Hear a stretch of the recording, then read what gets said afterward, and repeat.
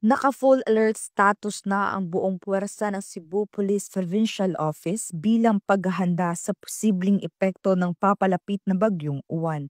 Ayon sa pamunuan ng CPPO, nakahanda ang mga pulis na tumugon sa anumang uri ng emerhensya o kalamidad na maaaring idulot ng masamang panahon. Sa direktiba ni Police Colonel Abubakar Mangilin Jr., Provincial Director ng CPPO, tiniyak ng kapulisan na patuloy ang kanilang pagbabantay at koordinasyon sa mga lokal na pamalaan upang matiyak ang kaligtasan ng mga mamamayan.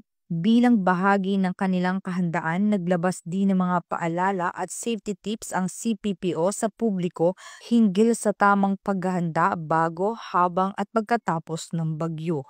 Kabilang dito ang maagang paglikas sa mga mabababang lugar at pagtitiyak ng komunikasyon sa mga otoridad sakaling kailanganin ng tulong.